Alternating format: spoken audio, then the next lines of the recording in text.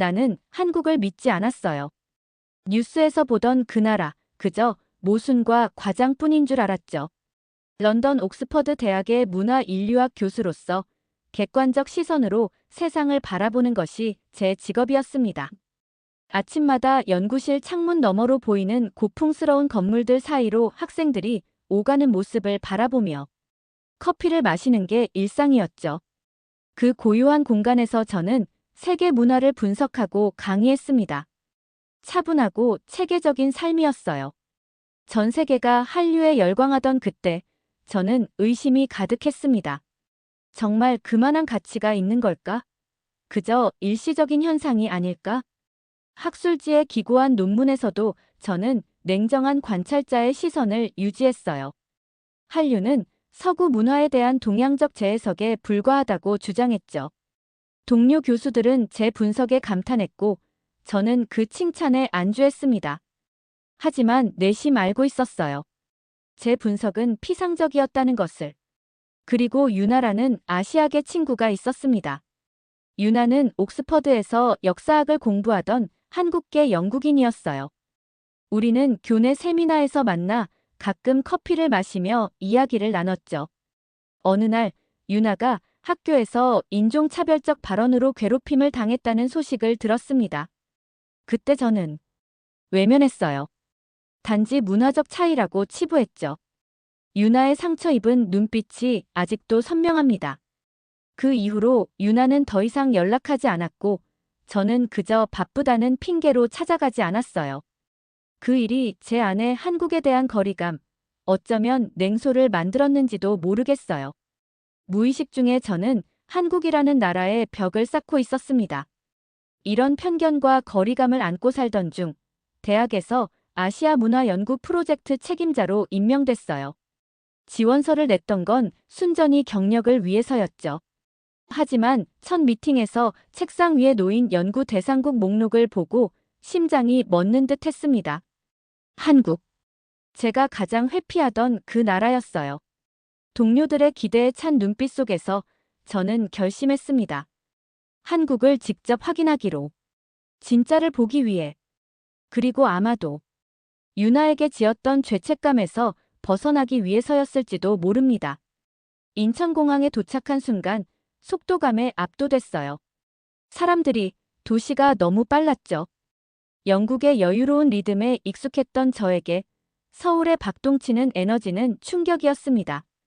공항에서 시내로 향하는 공항철도 안에서 모두가 고개를 숙이고 스마트폰을 바라보는 모습이 이질적으로 느껴졌어요. 창밖으로 스쳐 지나가는 풍경은 제가 상상했던 한국과 너무 달랐습니다. 고층 빌딩들, 화려한 간판들, 그리고 끊임없이 움직이는 사람들. 제 마음속에는 여전히 의문이 남아 있었어요. 이 모든 속도와 화려함 뒤에 진짜 한국은 어디에 있는 걸까? 호텔에 짐을 풀고 첫 번째 일정으로 서울 종로구에 있는 전통문화관을 방문했습니다. 처음에는 그저 학술적 호기심 때문이었죠. 현대적 외관 뒤에 숨겨진 한옥 건물을 보며 처음으로 흥미가 일었어요. 전시장을 천천히 걸으며 조선시대 유물들, 생활용품들을 관찰했습니다. 그리고 그때 한 작은 코너에서 낯선 사진 한 장을 발견했어요. 흑백 사진 속 여성은 단아한 한복을 입고 있었고 그 눈빛에서 강인함이 느껴졌습니다. 무언가 끌리듯 그 사진 앞에 오래 서 있었어요. 전시관 직원이 다가와 물었습니다. 이 사진에 관심이 있으신가요? 영어로 대답하려던 제가 멈칫했어요. 직원은 미소 지으며 영어로 설명을 이어갔습니다. 이분은 이경자 선생님이에요. 일제강점기에 아이들에게 몰래 글을 가르친 분이죠. 한글을 지키기 위해 목숨을 걸었던 교육자였습니다. 저는 그 말에 깊은 인상을 받았어요. 직원은 계속해서 일제강점기의 문화말살 정책과 비밀리에 한글을 가르쳤던 여성 교육자들의 이야기를 들려주었습니다. 그 순간 저는 제가 한국에 대해 얼마나 무지했는지 깨달았어요. 호텔로 돌아와 이경자에 대해 더 알아보려고 인터넷을 검색했습니다.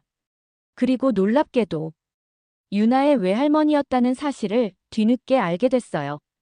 유나가 가끔 자랑스럽게 이야기했던 할머니, 제가 귀 기울이지 않았던 그 이야기 속 주인공이었습니다. 화면을 바라보며 말로 표현할 수 없는 감정이 밀려왔어요. 이건 우연이 아니라 무언가 말 걸어오는 신호 같았습니다. 창밖으로 서울의 밤하늘을 바라보며 생각했어요. 이제 어떻게 해야 할까? 유나에게 연락해야 할까? 아니면 더 깊이 이 이야기를 파고들어야 할까? 그날 밤, 저는 오랜만에 편안한 잠에 들지 못했습니다. 다음 날, 저는 이경자 선생님의 흔적을 찾아 국립중앙도서관을 방문했습니다. 일제강점기 교육자료 코너에서 문서들을 뒤지던 중 오래된 공책 한 권을 발견했어요. 표지에는 희미하게 수업일지라고 적혀 있었습니다. 조심스럽게 페이지를 넘기니 모두 한글이었어요. 저는 한글을 읽을 수 없었지만 그 글씨체에서 정성과 의지가 느껴졌습니다. 페이지 구석에는 작은 그림들이 그려져 있었어요. 아이들을 위한 시각 자료였을까요? 해석에 도움이 필요했기에 국립한글박물관을 찾아갔습니다. 사전 연락 없이 방문했지만 박물관 큐레이터는 놀라운 친절함으로 저를 맞아주었어요. 공책을 보여주자 큐레이터의 눈이 커졌습니다. 이건 굉장한 자료네요. 어디서 찾으셨어요? 저는 도서관에서의 우연한 발견을 이야기했습니다. 큐레이터는 조심스럽게 공책을 살펴보며 설명했어요. 이건 여성 교육자들이 아이들에게 몰래 썼던 수업 노트입니다. 보세요. 이 부분은 한글 자음과 모음을 가르치는 방법이에요. 그리고 여기. 이건 우리나라 역사를 동화처럼 풀어낸 내용입니다. 큐레이터는 계속해서 페이지를 넘기며 해석해 주었어요. 일본 감시관이 오면 재빨리 숨길 수 있도록 작게 쓴 글씨, 쉽게 이해할 수 있도록 그린 그림들. 이 모든 것이 저항의 증거입니다. 저는 그 말에 깊은 울림을 느꼈어요. 그제야 깨달았습니다. 한글은 단지 글자가 아니었어요. 저항이자 희망이자 생존이었죠. 영국인인 제가 문자에 그런 의미를 생각해 본 적이 있었을까요? 알파벳은 그저 일상적인 도구였을 뿐 정체성이나 저항의 상징이 아니었습니다. 큐레이터는 이경자 선생님에 대한 자료도 찾아주었어요. 이경자 선생님은 특히 용감했습니다. 2번이나 체포되었지만 풀려난 후에도 계속해서 아이들을 가르쳤어요. 그분의 제자들 중 많은 이들이 해방 후 중요한 역할을 했습니다. 저는 유나의 외할머니가 그런 인물이었다는 사실에 가슴이 뭉클해졌습니다. 큐레이터의 말이 이어졌어요. 우리에게 한글은 단순한 문자가 아닙니다. 세종대왕께서 모든 백성이 쉽게 배울 수 있도록 창제하신 한글은 민주주의의 정신을 담고 있어요. 그래서 일제가 가장 먼저 탄압한 것이 한글이었습니다. 박물관을 나오면서 저는 처음으로 한국에 대한 진정한 존경심을 느꼈어요. 문화 인류학자로서 수많은 나라를 연구했지만 문자에 이런 깊은 역사와 정신이 담긴 경우는 드물었습니다. 호텔로 돌아오는 길에 길거리의 한글 간판들이 다르게 보였어요. 이제 그것은 그저 이해할 수 없는 기호가 아니라 역사와 저항, 그리고 희망의 증거로 다가왔습니다. 국립중앙박물관을 방문한 날, 비가 내렸습니다. 영국 사람인 저에게 비는 친숙한 존재였지만 서울의 비는 달랐어요. 더 촉촉하고 더 의미 있게 느껴졌습니다. 박물관으로 들어서며 우산을 털었어요. 이번 방문의 목적은 한국 문화유산을 더 깊이 이해하고 기록을 남기는 것이었습니다. 한국의 역사가 담긴 유물들, 그 속에서 울리는 이야기에 귀 기울이고 싶었어요. 전시실을 천천히 돌아다니며 삼국시대부터 조선시대까지 이어지는 역사의 흐름을 따라갔습니다. 고려청자의 섬세한 아름다움, 백자의 담백한 우아함에 감탄했어요. 영국 박물관에서도 보지 못한 독특한 미학이 거기 있었습니다. 그러다 불교 미술 전시실에 들어섰을 때 제 발걸음이 멈췄어요. 반가 사유상 앞에 서게 된 것입니다. 고요하게 미소 짓는 불상의 얼굴에서 눈을 뗄 수 없었습니다. 그 표정이 말해줬어요. 고통을 견딘 자만이 생각할 수 있다는 것을. 깊은 사색에 잠긴 듯한 눈빛, 미소 띤 입술, 그리고 그 안에 담긴 평화로운 지혜. 저는 그 앞에 오랫동안 서 있었습니다. 마치 시간이 멈춘 것 같았어요. 반가 사유상의 표정에서 저는 한국의 역사가 느껴졌습니다. 침략과 전쟁, 분단의 아픔을 겪었지만 그 안에서도 사색하고 미소 지을 수 있는 지혜를 잃지 않은 민족. 그것이 한국이었어요. 도슨트의 설명이 들려왔습니다. 반가 사유상은 깊은 명상 속에서 깨달음을 얻은 부처의 모습을 표현한 것입니다. 오른쪽 뺨에 손을 대고 생각에 잠긴 모습은 고뇌와 사색, 그리고 그 너머의 평화를 상징해요. 그 말이 제 마음에 와닿았습니다. 저도 지금 깊은 사색 속에 있었으니까요. 한국을 오해했던 제 자신, 유나에게 상처를 준 제 무지함, 그리고 이제 서서히 열리는 새로운 이해. 그 모든 것이 반가 사유상의 표정 속에 담겨 있는 듯 했어요. 박물관을 나온 후 근처 창경궁을 산책했습니다. 봄비가 그친 후에 고궁은 더욱 선명한 색채로 빛났어요. 돌계단과 기와 지붕 사이로 저는 한국의 역사가 숨쉬는 소리를 들었습니다. 영국의 웅장한 성과는 다른, 이 소박하면서도 우아한 아름다움. 그 속에서 저는 문화의 진정한 의미를 다시 생각했어요. 문화는 단순한 볼거리가 아니라 민족의 혼이 담긴 이야기라는 것을. 관광객으로 시작한 여정이 어느새 저를 깊은 성찰로 이끌고 있었습니다. 서울 생활 일주일차 전통시장을 방문했습니다. 연구 목적이었지만 솔직히 말하면 그저 현지 음식을 맛보고 싶었어요. 광장시장의 입구에 들어서자마자 활기찬 에너지가 저를 감쌌습니다. 색색의 반찬들, 김이 모락모락 나는 분식, 말리는 고추와 생선들. 영국의 정돈된 마켓과는 전혀 다른 세계였어요. 처음에는 혼란스러웠지만 점점 그 혼돈 속의 질서가 보이기 시작했습니다. 시장 상인들을 인터뷰하며 한국의 식문화에 대해 알아가는 중이었어요. 영어가 통하지 않아 번역기를 사용했지만 그마저도 완벽하지 않았습니다. 한 생선 가게 앞에서 사진을 찍으려는데 갑자기 상인 아저씨가 손짓하며 뭐라고 말씀하셨어요. 당황해서 뒤로 물러섰는데 아저씨는 웃으면서 생선 한 마리를 들어 보여주셨습니다. 더 좋은 사진을 찍으라는 의미였던 거예요.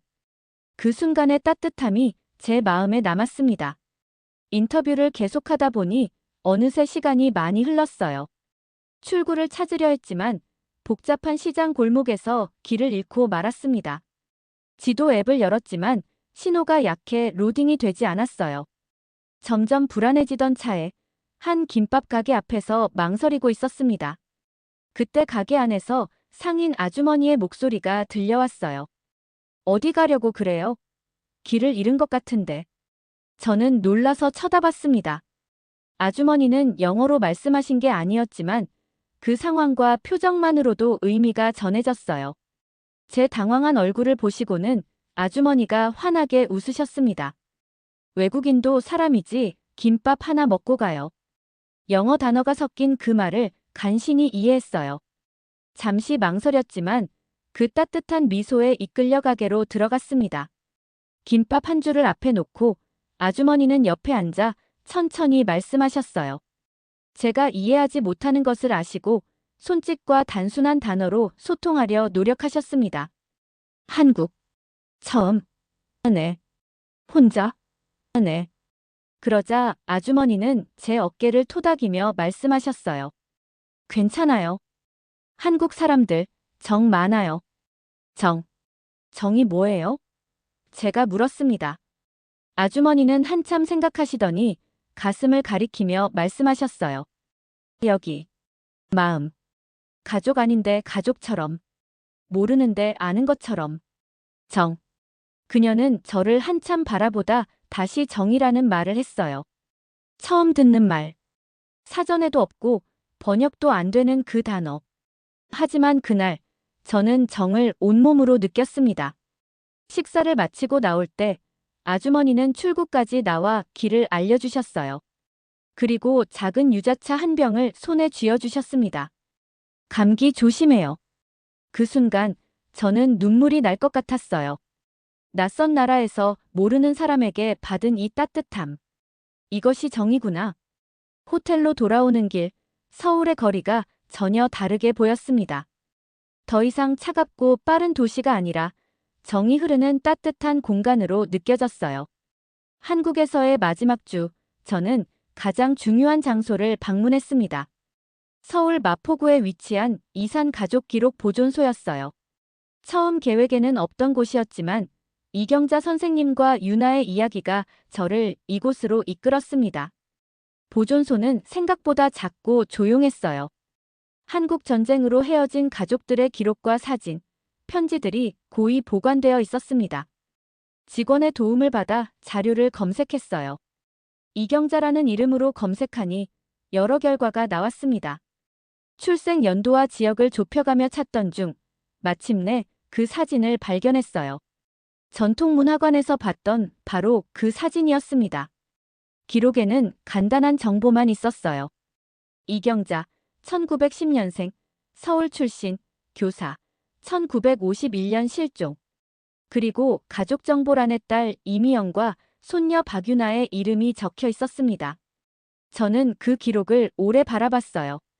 실종. 그 한 단어가 얼마나 많은 슬픔을 담고 있는지.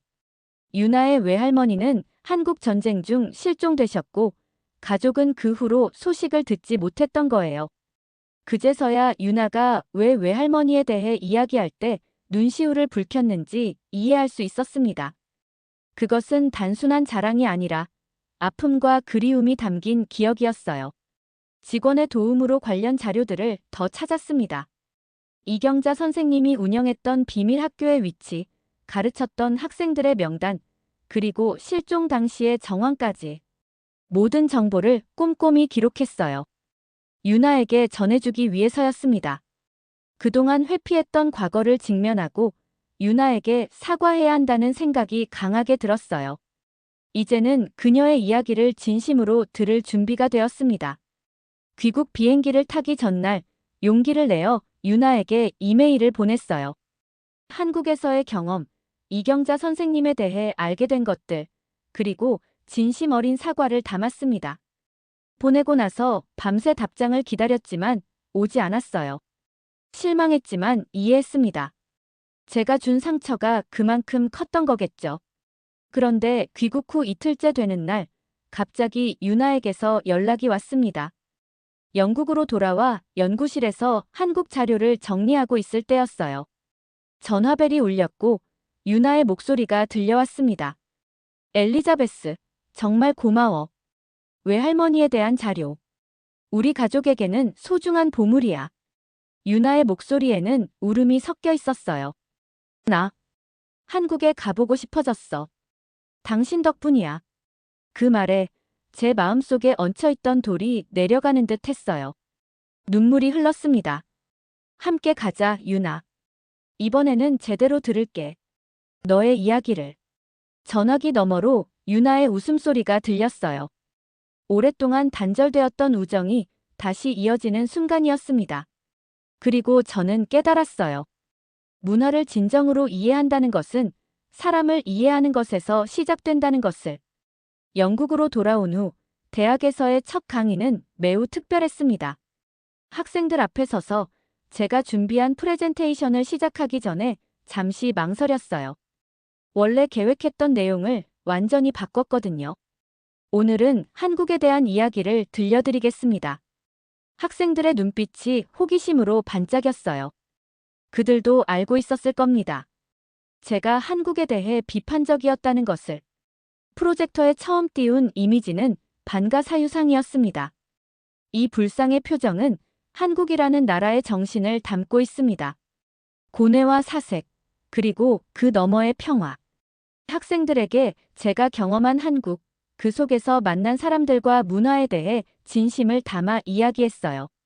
전통과 현대가 공존하는 모습, 빠른 속도 속에서도 서로를 배려하는 따뜻함, 그리고 무엇보다 정의라는 말로 표현되는 그들만의 정서에 대해.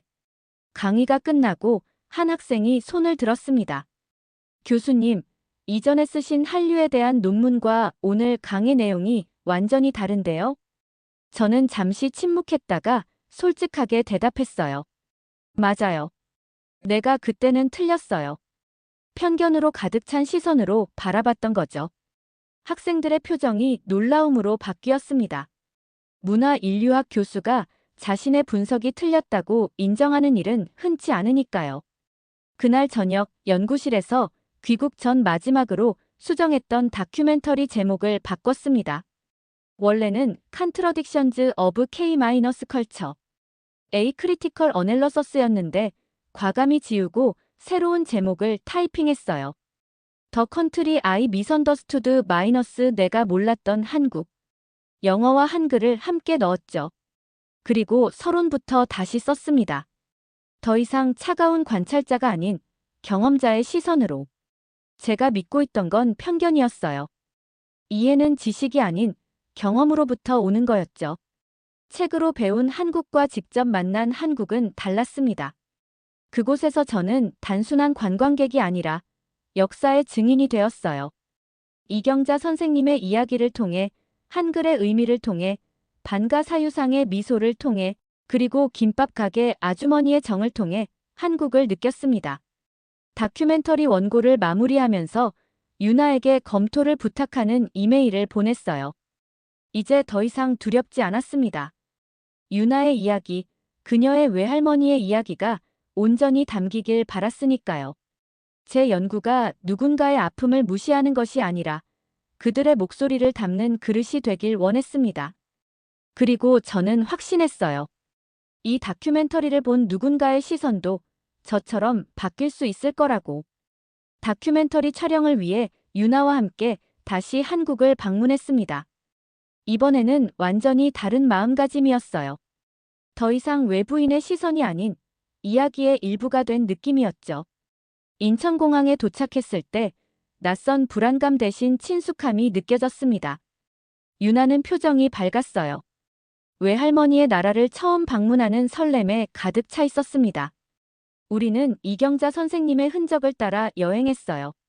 그녀가 비밀리에 학교를 운영했던 종로의 한 한옥, 일제에 체포되었던 서대문 형무소, 그리고 한국전쟁 중 마지막으로 목격되었던 마포의 작은 다리까지.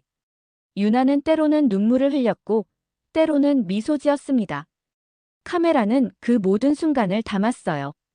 이것은 단순한 다큐멘터리가 아닌 한 가족의 잃어버린 이야기를 되찾는 여정이었습니다.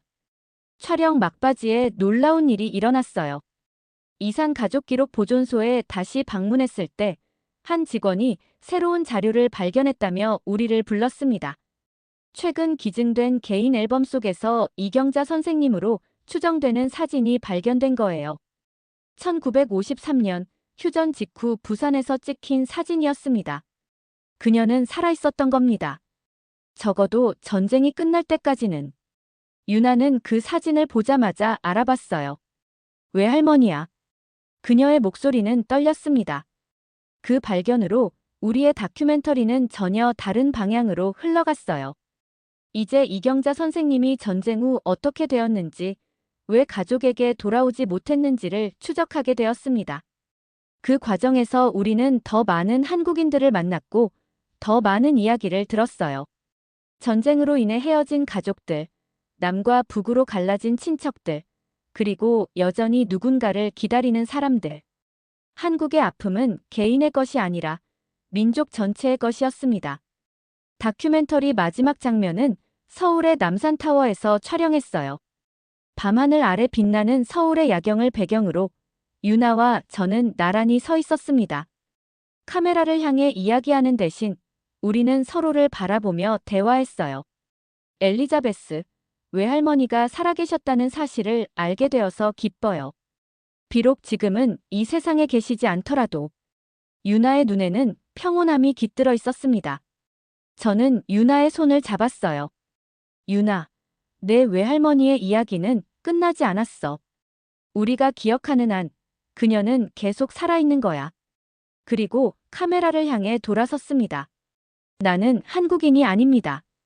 하지만 지금 저는 한국을 존경합니다.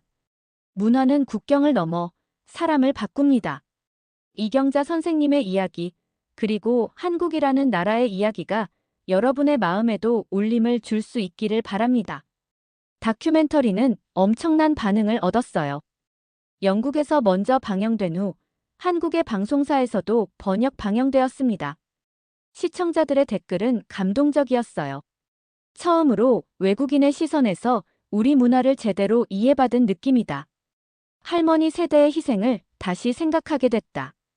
엘리자베스와 유나를 통해 화해와 이해의 중요성을 배웠다. 몇 달 후 옥스퍼드 대학에서 특별 강연을 하게 되었습니다. 주제는 문화적 편견을 넘어서 진정한 이해를 향한 여정이었어요. 강당은 사람들로 가득 찼습니다. 강연을 시작하기 전 첫 줄에 앉아 있는 유나를 바라봤어요. 그녀는 미소 지으며 고개를 끄덕였습니다. 저는 깊은 숨을 들이마시고 이야기를 시작했어요. 이 여정은 한 장의 사진으로 시작되었습니다. 이제 저는 압니다. 진정한 학문적 이해란 차가운 분석이 아니라 가슴으로 느끼는 공감에서 시작된다는 것을. 그리고 그 공감은 때로 우리를 가장 예상치 못한 곳으로 이끌기도 한다는 것을. 제 인생의 가장 의미 있는 연구는 결국 저 자신을 변화시키는 여정이었습니다. 이 영상이 또 다른 누군가의 마음을 두드리길 바랍니다.